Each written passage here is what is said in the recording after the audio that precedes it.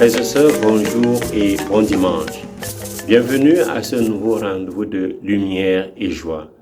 Aujourd'hui, 25 février 2024, nous célébrons le deuxième dimanche de carême de l'année liturgique B.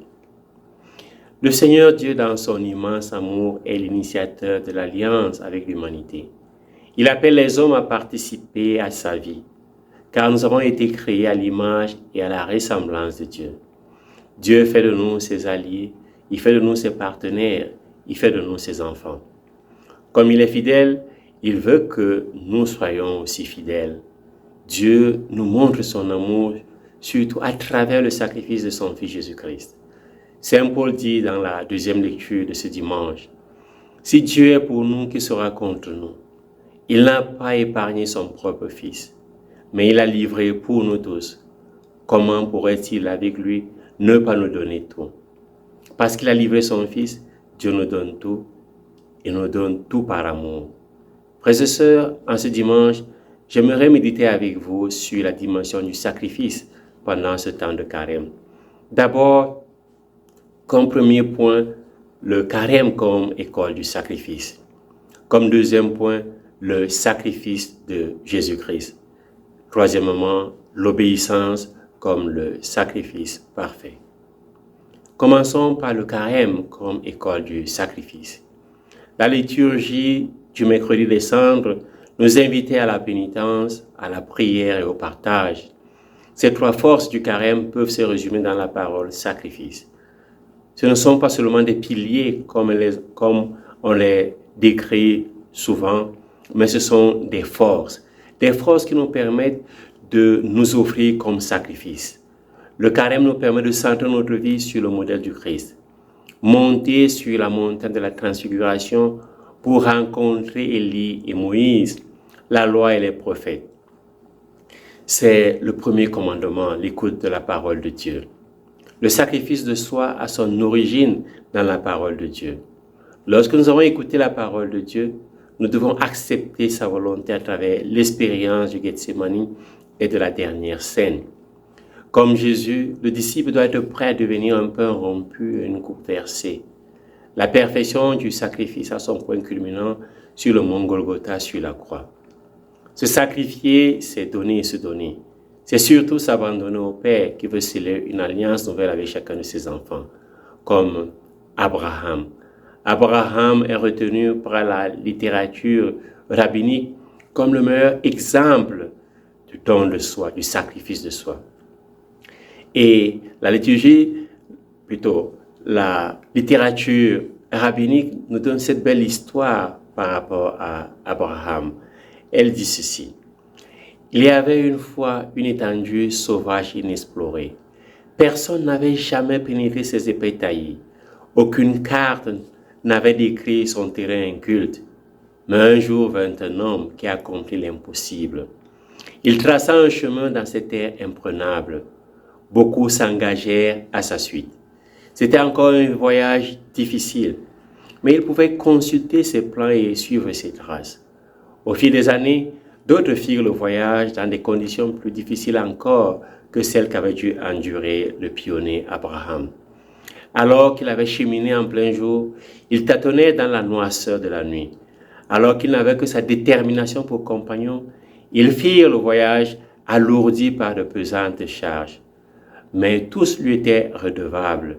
Tous savaient que ce qu'il accomplissait n'était qu'une extension de sa grande réalisation. Abraham fut le pionnier du sacrifice de soi. Et le premier cas de véritable sacrifice de soi de l'histoire fut l'offrande, la ligature d'Isaac, sacrifice qui préfigure celui du Christ. Frères et sœurs, l'exemple d'Abraham nous aide à nous concentrer sur le Christ. Nous voulons maintenant donc passer au deuxième aspect de notre méditation de ce dimanche, le sacrifice de Jésus.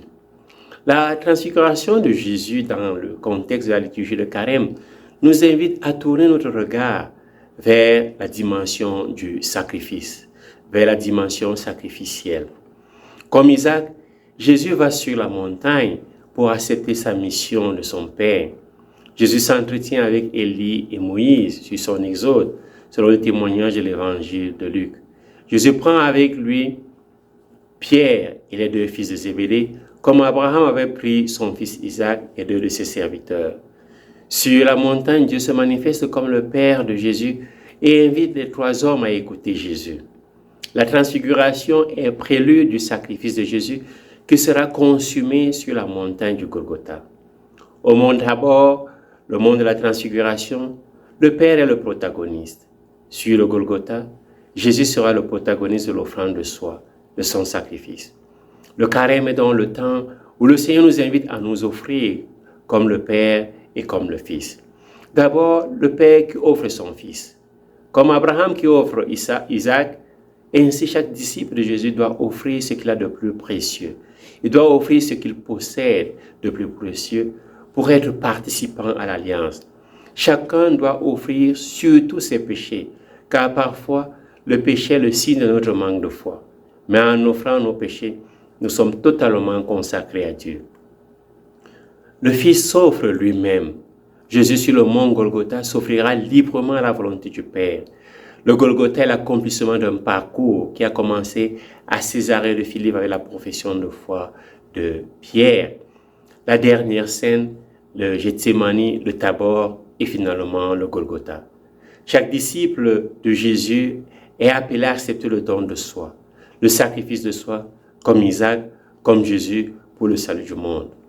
Le monde aujourd'hui, frères et sœurs, a besoin de martyrs, d'hommes et de femmes prêts à se sacrifier pour le salut de l'humanité. Le temps de carême est l'école du sacrifice, le don de soi pour exprimer notre fidélité à l'alliance.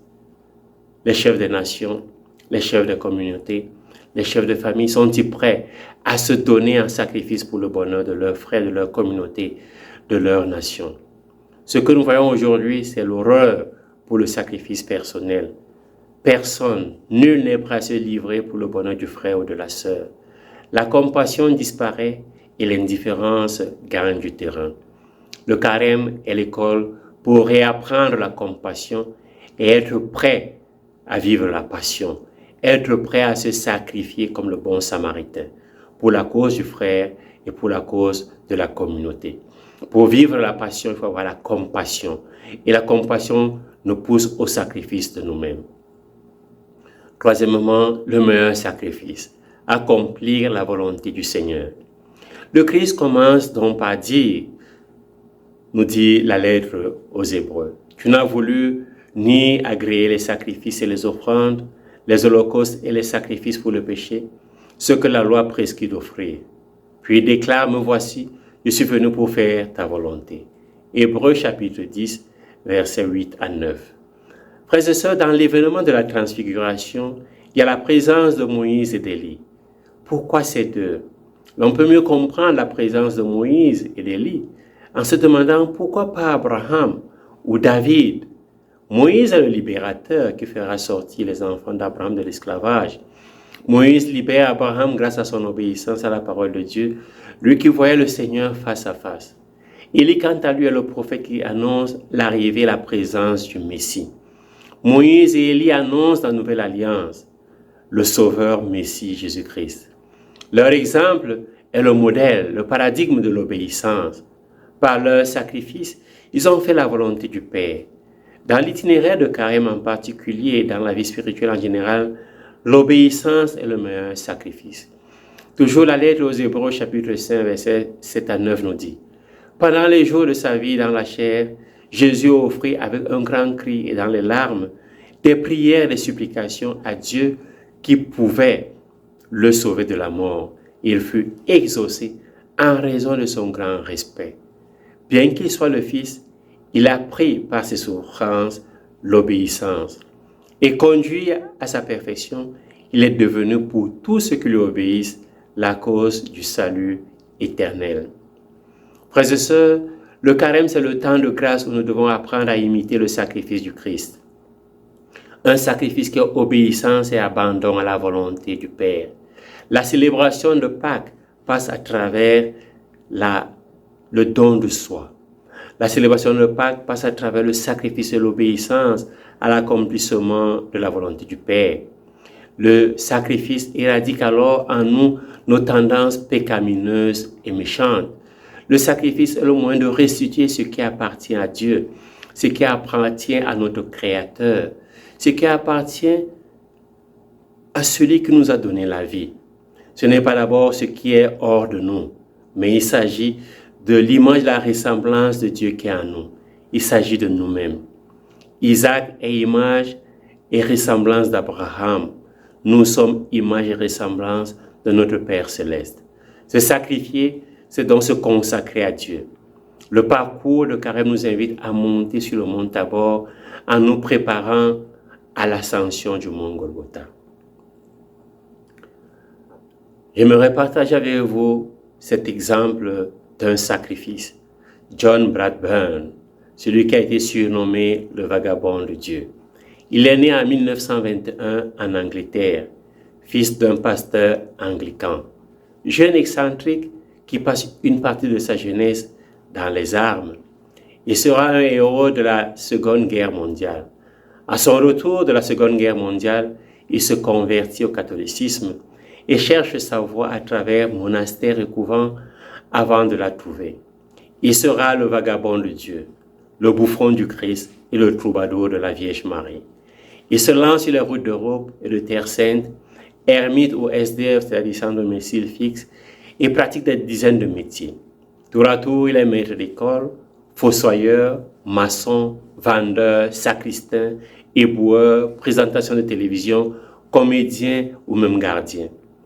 En 1962, il écrit à un ami jésuite installé en Rhodésie du Sud, aujourd'hui Zimbabwe, pour lui demander s'il y aurait là-bas une grotte où il pourrait prier. Son ami l'invite à le rejoindre en Afrique du Sud en tant que missionnaire. Peu après son arrivée, John Bradburn déclare à un prêtre franciscain qu'il a fait 3 vœux. Le premier, aider les victimes de la lèpre. Le deuxième, mourir en martyr. Et le troisième, être enterré avec l'habit des franciscains. En 1969, il est envoyé par les missionnaires jésuites à la léproserie de Mutenwa. Mutenwa, c'est un lieu sinistre où une centaine de lépreux attendent la mort.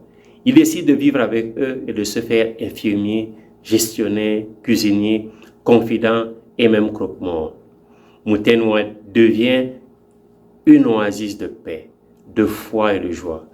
Quand le centre est pris dans la tourmente de la guerre civile, John défend ses amis lépreux contre tous. Rejeté par les Blancs et rejeté aussi par les Noirs, il est kidnappé et assassiné en septembre 1979. Frères et sœurs, le carême est un itinéraire de transfiguration. Transfiguration à travers le sacrifice, à travers les 3 forces de la pénitence, de la prière et du partage. Celui qui est transfiguré est envoyé pour transfigurer ceux qui lui sont proches, comme John, qui après la transfiguration de sa conversion est allé vivre avec les lépreux. La meilleure preuve de la transfiguration est le sacrifice. La meilleure preuve qu'on a été sur le mont Tabor, c'est la possibilité de faire l'ascension du mont Golgotha. La meilleure preuve du don de soi, c'est le sacrifice de notre propre vie. Nous sacrifions notre propre vie pour que les autres aient la vie en abondance, comme l'a fait le Christ pour l'humanité, comme l'a fait le Christ pour toi et pour moi. Demandons au Seigneur, en ce dimanche, de nous donner la grâce de faire l'ascension du mont Tabor, mais surtout en préparation pour l'ascension du mont du Golgotha. Ayant aussi la foi qu'appelle le Golgotha, nous connaîtrons la joie de la résurrection. Bon dimanche, loué soit Jésus-Christ et que Dieu vous bénisse. In fundam orem cordibus, in firma nostri